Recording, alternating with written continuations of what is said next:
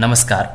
महाडीबीटी पोर्टलवर स्कॉलरशिपचा फॉर्म भरत असताना आपल्याला एक नोटिफिकेशन येत आहे आणि त्या नोटिफिकेशनमुळे आपल्याला कोणतेही चेंजेस जे आहेत फॉर्ममध्ये ते करता येत नाही आहेत.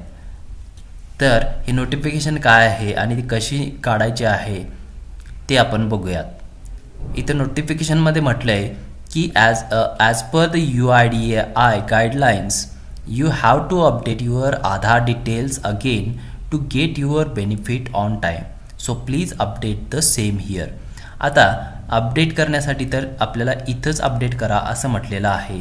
त्यामुळं याच्यावर ओकेवर क्लिक करायचं आहे आणि इथं अपडेट प्रोफाईल ॲज पर आधार हा एक ऑप्शन दिलेला आहे, त्याच्यावर क्लिक करायचं आहे. त्याच्यानंतर आपल्याला आधार कार्ड नंबर येईल. आधार कार्ड नंबरला आपल्याला सेंड OTP करायचा आहे. सेंड OTP केल्यानंतर तुमच्या आधारला जो मोबाईल लिंक असेल त्याच्यावर OTP जाईल. तो OTP इथे टाकायचा आहे.